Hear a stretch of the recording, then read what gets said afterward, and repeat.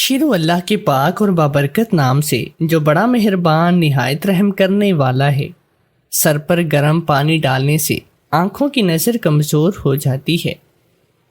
پیٹ میں گیس کا مسئلہ ہو تو کریلے کا جوس بنا کر پی لو۔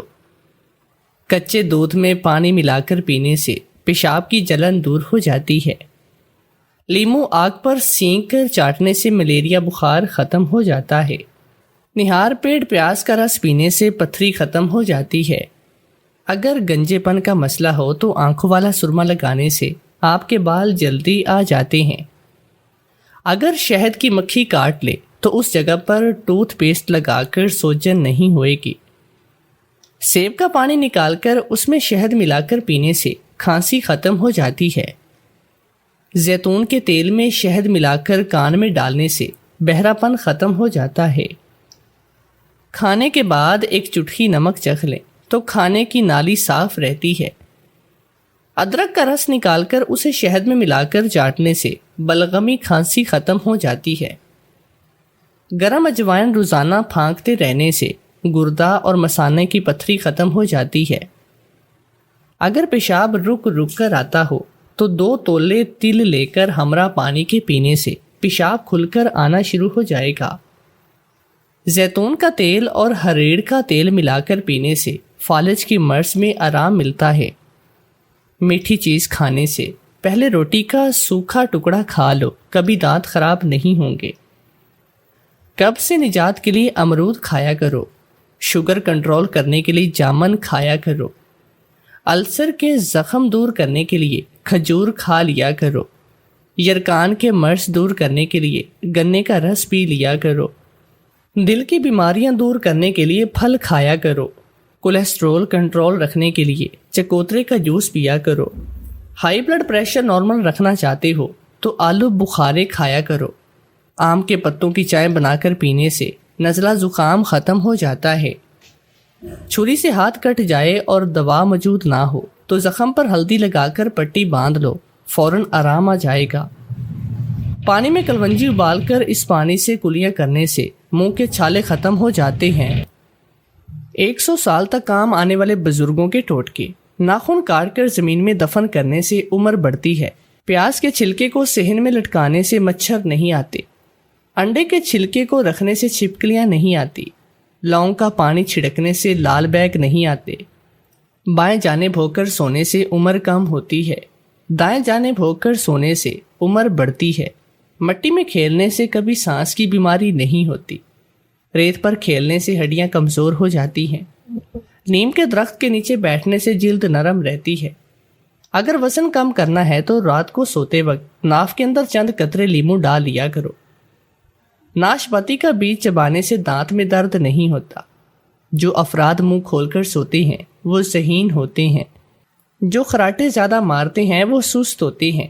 ہاتھوں کی صفائی: آدھا کپ پیسی دار چینی میں آدھا چائے کا چمچ لیمو کا رس اور 2 کھانے کے چمچ سے ناریل کا تیل ملا کر بوتل میں رکھ لیں۔ رات کو روزانہ ہاتھوں اور پیروں پر مساج کریں۔ ہاتھ دھو کر سو جائیں۔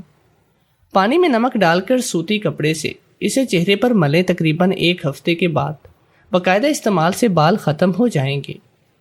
گردن کی سیاہی دور کرنا: گردن کی سیاہی یا داغ دھبے دور کرنے کے لیے شہد، لیمو، ہلدی کا پیسٹ بنا کر گردن پر لگائیں۔ اس سے سیاہی اور داغ دھبے ہی دور نہیں ہوں گے بلکہ گردن گوری بھی معلوم ہوگی۔ بیسن کو پانی میں گھول کر چہرے پر لگائیں۔ جب یہ ہلکا خشک ہو جائے تو اسے ہاتھ کی مدد سے کھرچ کر اتار لیں۔ اس سے بال جڑ سے نکل آئیں گے۔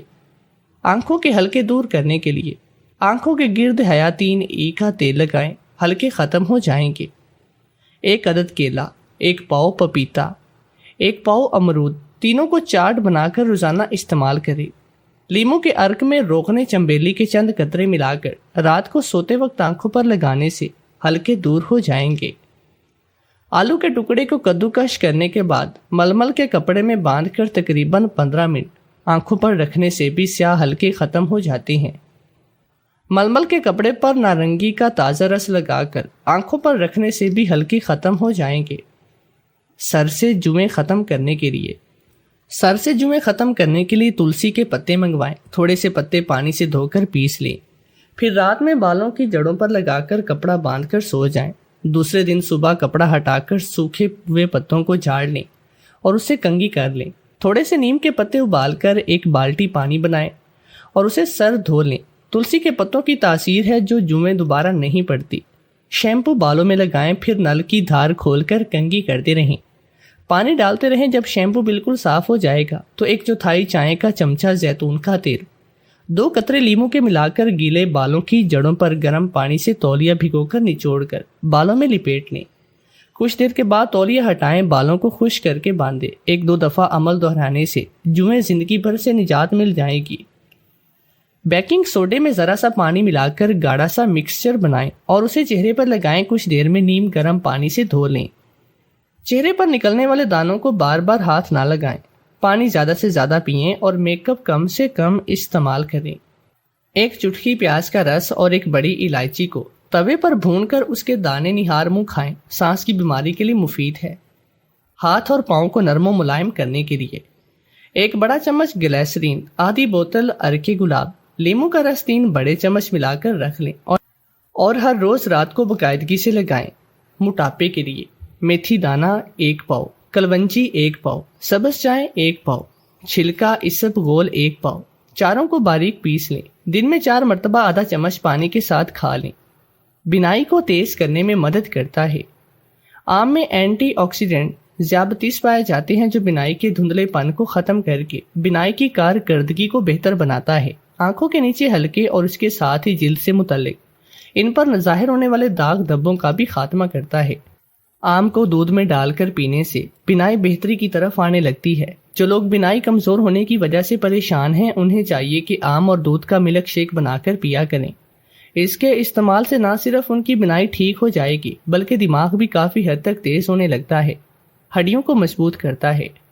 انسانی جسم میں ہڈیوں کی کمزوری وٹامن کے اور کیلشیم کی کمی ہونے کی وجہ سے ہوتی ہے، جس کی وجہ سے ہڈیوں کے فریکچر کا خدشہ بڑھتا ہے، جبکہ وٹامن کے پھلوں اور ہری سبزیوں میں وافر مقدار میں پایا جاتا ہے۔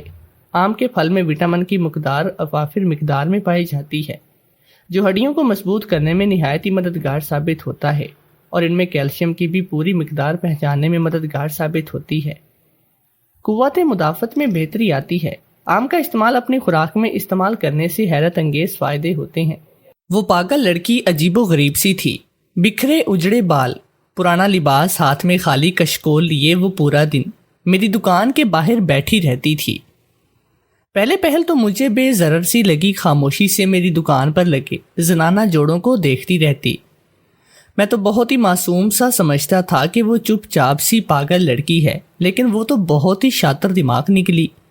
میری سوچ سے زیادہ تیز میرے ساتھ اس نے جو کھیل کھیلا تھا مجھے کہیں بھی منہ دکھانے کے قابل نہیں چھوڑا۔ 2 ماہ تو وہ میری دکان کے باہر کی سیڑھیوں پر بیٹھی رہی، بس وہاں بیٹھ کر وہ مجھے ہی دیکھتی رہتی۔ میں کسٹمر کو ڈیل کرتا تو مجھے اس کی نظروں سے الجھن سی ہونے لگتی۔ بار بار میری نظر اس پاگل پر اٹھتی تو وہ مجھے بے شرموں کی طرح ٹکٹکی باندھے دیکھتی رہتی۔ ایک دن میں دکان پر اکیلا ہی کھڑا تھا جب وہ میری دکان پر آ کر کھڑی ہو گئی، کہنے لگی مجھے تم بہت اچھے لگتی ہو۔ میں اس کی بات سن کر ٹھٹک گیا تھا۔ میں نے تیوری چڑھا کر سخت لہجے سے پوچھا، یہ تم کیسی باتیں کر رہی ہو؟ تمہیں کوئی چیز چاہیے تو بتاؤ، میں تمہیں کپڑے کے بچے پیس دیتا ہوں۔ کہنے لگی تم اپنی پسند کا جوڑا مجھے سلوا دو، میں وہ پہنوں گی جو تم مجھے دو گے۔ میں اس کی بات پر حیران ہو کر اسے دیکھنے لگا۔ میں کیوں اپنی پسند کا جوڑا تمہیں سلوا کر دوں؟ یہاں کٹ پیس پڑے ہیں، جو چاہیے اٹھا کر لے جاؤ۔ میں نے ایک بڑے سے ڈبے میں بچے ہوئے زنانہ کپڑوں کے پیس رکھے تھے، اسی کی طرف سے اشارہ کر کے کہا، لیکن وہ عجیب لڑکی تھی۔ کہنے لگی تمہاری پسند ہی پہنوں گی۔ میں نے اسے گھور کر کہا، نہیں لینا تو جاؤ یہاں سے۔ میرے اس طرح رویے پر وہ وہیں دھرنا دے کر بیٹھ گئی۔ نہیں، میں تمہاری پسند ہی پہنوں گی۔ میں تو گھبرا سا گیا تھا، کیا یہ بات ہوئی؟ بچوں والی باتیں نہ کرو، جاؤ یہاں سے، یہ جوڑا تمہیں میں مفت دیتا ہوں، میری جان بخش دو۔ میں اس لڑکی کے دیوانے پن سے زچ ہو گیا تھا، خواہ مخواہ وہ میرے گلے پڑ رہی تھی۔ کہنے لگی ہاں تو مفت ہی دے دو، میرا حق بنتا ہے۔ اس بات نے مجھے حیرت میں ڈالا تھا۔ میں نے سخت لہجے میں کہا، کیوں، تم ہو کون جو تم مجھے کہہ رہی ہو کہ میرے کپڑوں پر تمہارا حق بنتا ہے؟ میں غصے میں آ گیا تھا اور وہ بھی بپھر کر بولی، دیکھو اگر تم نے مجھ سے اس طرح سے بات کی تو میں تمہیں بد دعا دوں گی۔ میں ایک ایسی پاگل ہوں، میرے ہاتھ میں بہت طاقت ہے، میں جسے جو بھی بد دعا دیتی ہوں وہ لگ بھی جاتی ہے۔ میں اسے دیکھ کر ہنس پڑا، وہ واقعی میں پاگل تھی۔ میں نے مدافعانہ انداز سے کہا، اچھا کیا تم مجھے بد دعا دے سکتی ہو؟ چل دو کوئی بد دعا، میں دیکھوں گا کتنا لگتی ہے۔ وہ کہنے لگی، تیری شادی مجھ سے ہوگی اور تم دیکھنا، اگر مجھ سے شادی کرے گا تم بہت امیر ہو جائے گا۔ اس کی بات سن کر میں نے اسے وہاں سے بھگا دیا۔ اب میں اس کی باتوں میں نہیں آنا چاہتا تھا، خواہ مخواہ میرا وقت ضائع کر رہی تھی۔ لوگوں کی نظر میں بھی مجھے مشکوک بنا رہی تھی۔ میرا نام اجمل ہے، شہر کے وسط میں کپڑے کی دکان میں کام کرتا تھا۔ کچھ ہی دن ہوئے تھے کہ میرا کام بہت زیادہ بڑھ گیا۔ میں زنانہ ہول سیلر کی دکان پر ملازمت کرتا تھا۔ لوگوں کا رش بھی دکان پر بہت ہی زیادہ ہوتا، سو میرے لیے کام کرنا کافی مشکل ہو رہا تھا۔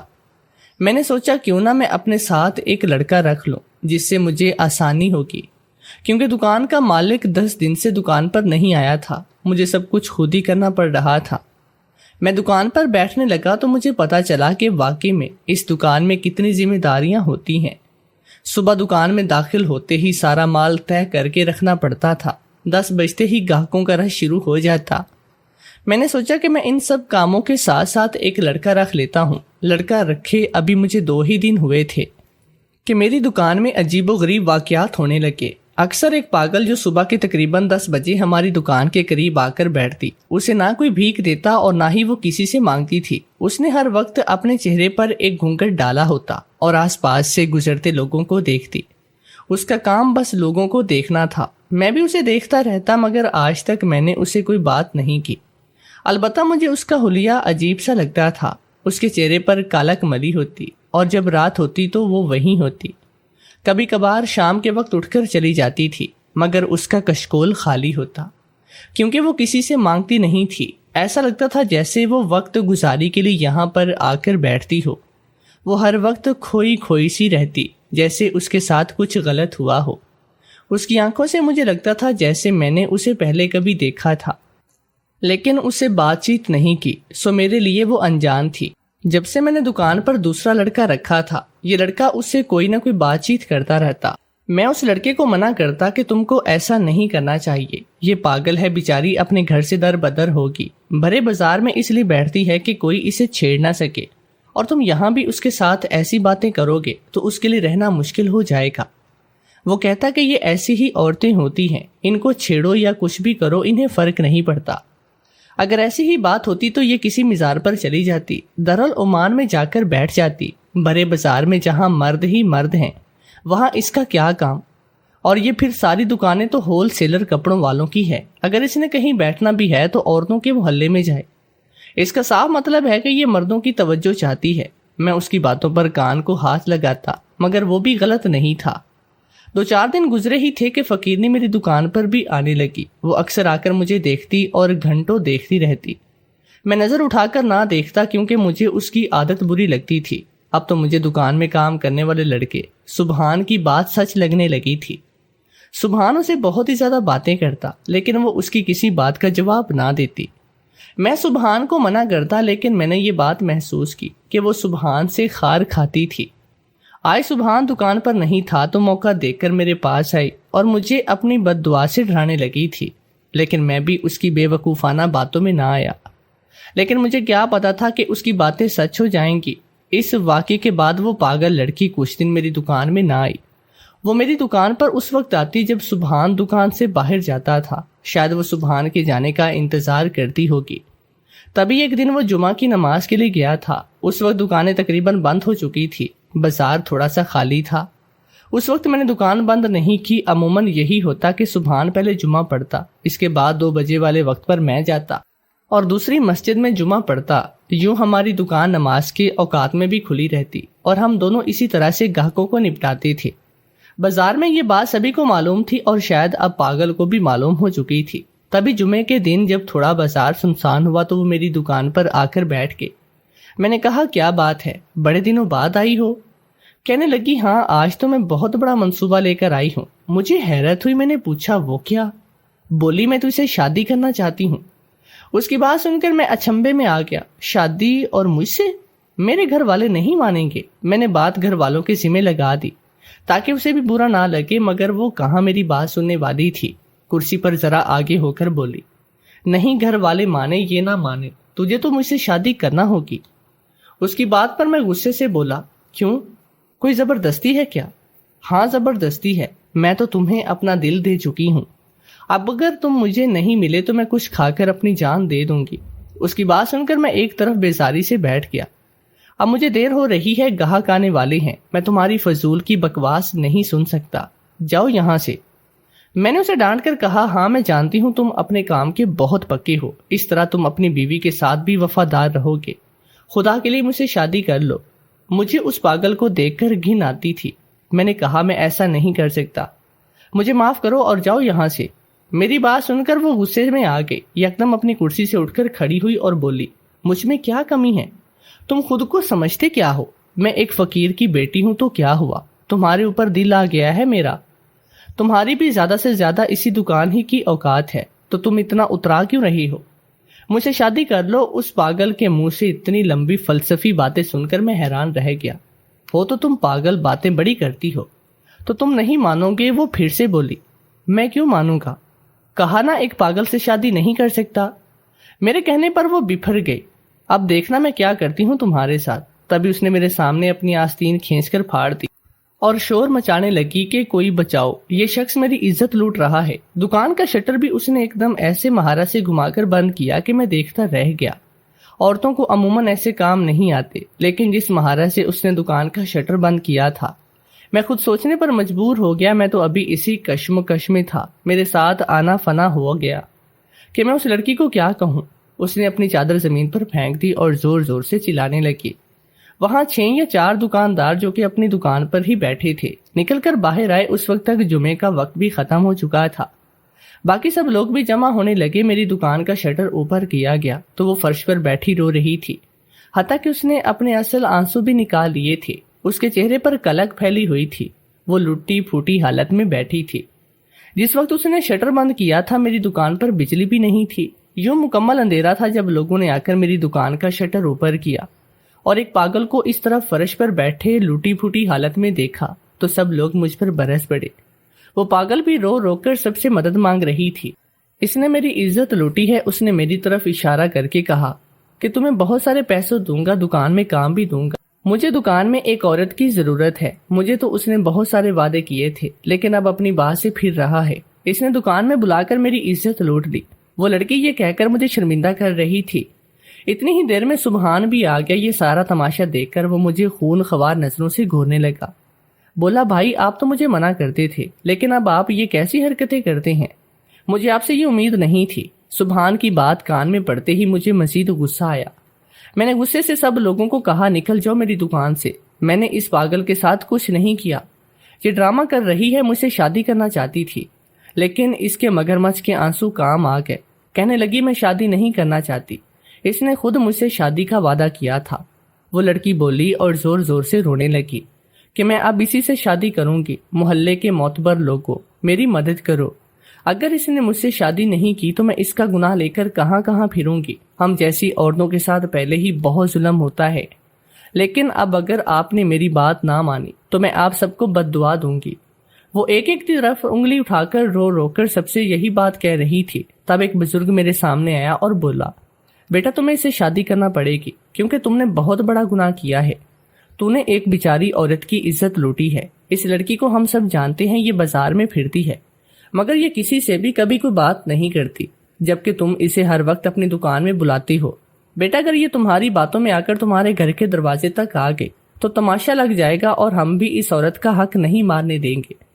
تمہیں یا تو اس سے نکاح کرنا ہوگا یا تو ہم تمہیں کام سے نکلوائیں گے۔ تم دوبارہ اس دکان میں قدم نہیں رکھ سکو گے۔ ویسے بھی اس دکان کا مالک میرا بھائی ہے۔ یہ سن کر میرا دل کانپنے لگا۔ میں جان گیا کہ اگر میں نے ان کی بات نہ مانی تو یقیناً یہ دکان کے مالک سے کہہ کر میری دکان خالی کروائیں گے۔ اس کے بعد میں سڑک پر بیٹھا کسی فقیر کی طرح بھیک مانگ رہا ہوں گا۔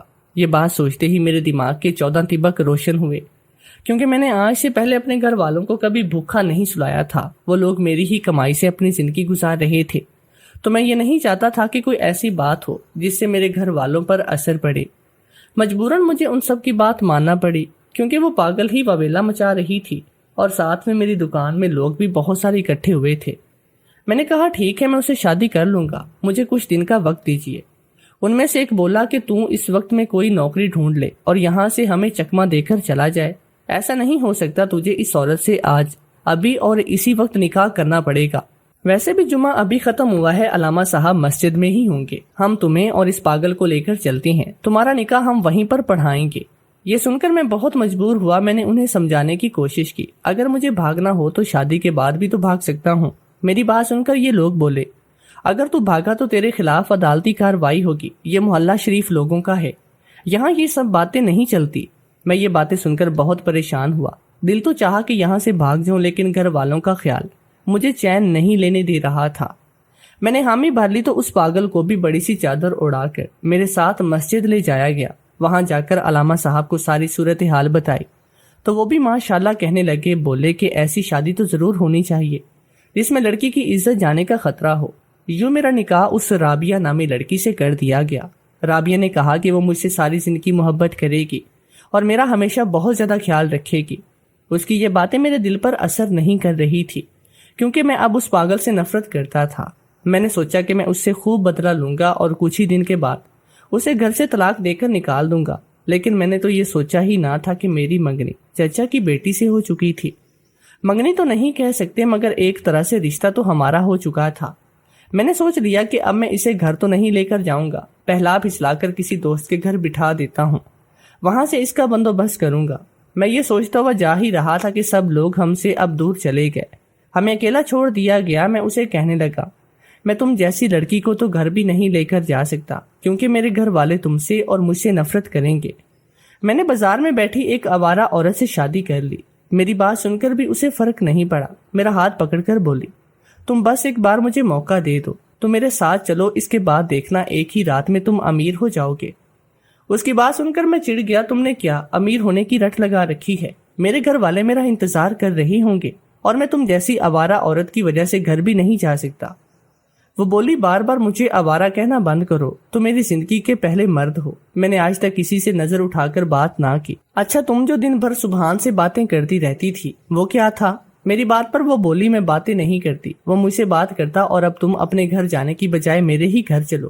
میں چاہتی ہوں کہ تم ایک بار میرا گھر دیکھ لو، اس کے بعد تم وہی آیا کرنا۔ بے شک تم ہماری شادی کے بارے میں بھی کسی کو مت بتانا، ہماری شادی جن لوگوں کے سامنے ہوئی ہے وہی ہمارے گواہ کے طور پر کافی ہے، کیونکہ میں انہی لوگوں کو ہماری شادی کا گواہ بنانا چاہتی تھی۔ میں نے تنگ آ کر کہا، اچھا ٹھیک ہے، زیادہ باتیں مت کرو، بتاؤ تمہارا گھر کہاں ہے؟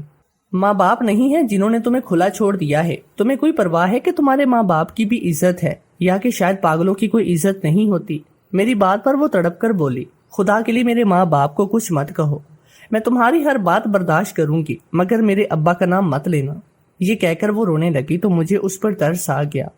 وہ بہت ہی دیر سے میری منتیں کر رہی تھی اور مجھ سے نکاح کرنے کے بعد بہت ہی خوش تھی۔ میں نے سوچا کہ اب جو ہو گیا سو ہو گیا، لیکن بدلہ تو میں نے اس سے لینا ہی تھا۔ وہ اپنے گھر لے گئی، دیکھ کر لگتا تھا کہ یہ کسی شہزادی کا گھر ہو۔ میں دیکھ کر حیران رہ گیا، پھر سوچا شاید یہ لڑکی کسی بڑے سے بنگلے میں کام کرتی ہوگی، تبھی وہ مجھے یہاں پر لائی ہے۔ پہلے تو میرا دل چاہا کہ میں یہاں سے بھاگ جاؤں، مگر مجھے اپنی قیمت بھی تو وصول کرنا تھی جو اس نے میرے ساتھ کیا۔ میں بھی اسے تکلیف پہنچانا چاہتا تھا۔ جہاں مجھے وہ لے کر گئی تھی وہاں کسی اور کی آواز نہیں آ رہی تھی، اس کا مطلب اس بنگلے میں کوئی بھی نہیں رہتا۔ میں نے دیکھا تو واقعی میں یہ بنگلہ خالی تھا، چھوٹا سا یہ گھر کسی بنگلے نما جیسا تھا۔ خیر ادھر ادھر دیکھنے لگا، وہ مجھے 2 منٹ انتظار کرنے کا کہہ کر چلی گئی، لیکن جب وہ واپس آئی تو اپنے چہرے سے کالک ہٹائی تھی، لگتا تھا جیسے 14ویں کا چاند بادلوں سے کہیں نکل آیا ہو۔ وہ تو بہت ہی زیادہ خوبصورت تھی، آج تک ایسی خوبصورتی میں نے کہیں بھی نہ دیکھی تھی۔ مجھے دیکھ کر وہ ہنسنے لگی، کیا ہوا، تم حیران کیوں ہو گئے ہو؟ تو میں ہی اتنی خوبصورت بس تمہارے ایمان کا امتحان لے رہی تھی۔ اس کی بات سن کر میں ہوش میں آیا، تم اتنی خوبصورت ہو؟ تم نے اپنے حسن کو چھپا کر رکھا تھا؟ میں نے حیرت سے پوچھا۔ ہاں میں بچپن سے ہی خوبصورت ہوں، ابا نے بھی مجھے ساری دنیا سے ایسے ہی چھپا کر رکھا تھا، مگر تم تو جانتے ہو یہ دنیا بڑی ظالم ہے، لوگوں کے حق پر ڈاکہ مارنے والی۔ یہ کہہ کر اس نے میرا ہاتھ پکڑا اور مجھے اندر لے جانے لگی۔ تم تو ایک پاگل ہو، کیا تم یہاں کام کرتی ہو؟ یہ گھر کس کا ہے؟ میری بات پر وہ دھیرے سے مسکرائی اور بولی، فکر نہ کرو، یہ گھر میرے ابا کا ہے، میرے ابا یہ گھر میرے نام کر گئے۔ اس کی بات سن کر میں حیران رہ گیا، مگر تم تو مجھے ایک غریب لڑکی لگتی تھی، اور اگر تم غریب نہ تھی تو پاگل بن کر دکانوں کے آگے کیوں پھرتی تھی؟ سب کچھ بتاؤں گی، پہلے تم آرام تو کرو۔ یہ بتاؤ کچھ کھاؤ گے کہ نہیں؟ میں کچھ نہیں کھاؤں گا، مجھے صرف اپنے سوالوں کا جواب چاہیے۔ میری بات پر وہ وہیں صوفے پر بیٹھ گئی اور بولی، دیکھو میں تمہاری ایمانداری دیکھنے کے لیے اس دکان کے سامنے آ کر کھڑی ہوتی تھی، اور اگر تم یہ کہو کہ میں تم سے شادی کیوں کرنا چاہتی تھی تو اس کی بھی یہ بڑی وجہ ہے۔ تم مجھے مطلبی یا پھر یہ سمجھنا کہ میں لالچی ہوں، مفاد پرست ہوں۔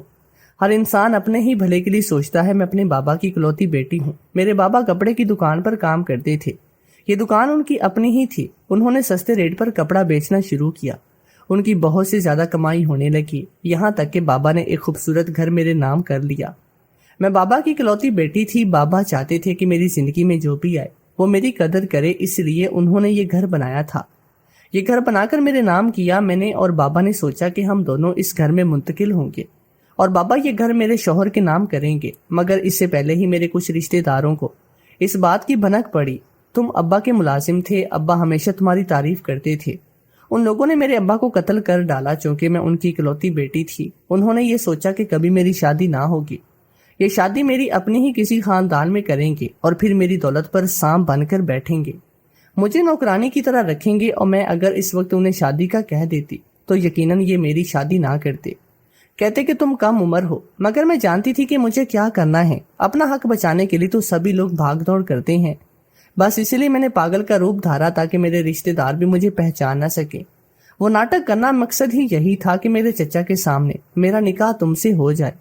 اب چچا تو کچھ کہہ بھی نہیں سکتے کیونکہ میں نے جو کچھ بھی کیا تھا، لیکن اب تم میرے شوہر ہو اور اس حساب سے یہ گھر بھی تمہارا ہے۔ تم جیسا ایماندار شخص میں نے آج تک نہیں دیکھا۔ میرا طریقہ غلط تھا، مگر میں مانتی ہوں کہ میں نے جو بھی کیا تھا وہ اچھی نیت سے کیا تھا۔ لڑکی کی بات سن کر میں حیران ہوا۔ تم چچا شفقت کی بیٹی ہو؟ ہاں میں انہی کی بیٹی ہوں۔ چچا شفقت کا نام سنتے ہی میرے دل میں اس کے لیے عزت آئی۔ میری بھی تو کچھ ضروریات تھی، بس اسی سب کے لیے میں نے یہ سب کیا تھا۔ وہ خاموش ہوئی تو میں اس کی طرف محبت بھری نگاہوں سے دیکھنے لگا، کیونکہ مجھے اب اس شادی پر کوئی اعتراض نہیں تھا، کیونکہ لڑکی اچھے خاندان سے تھی اور حد سے زیادہ سمجھدار اور خوبصورت بھی تھی۔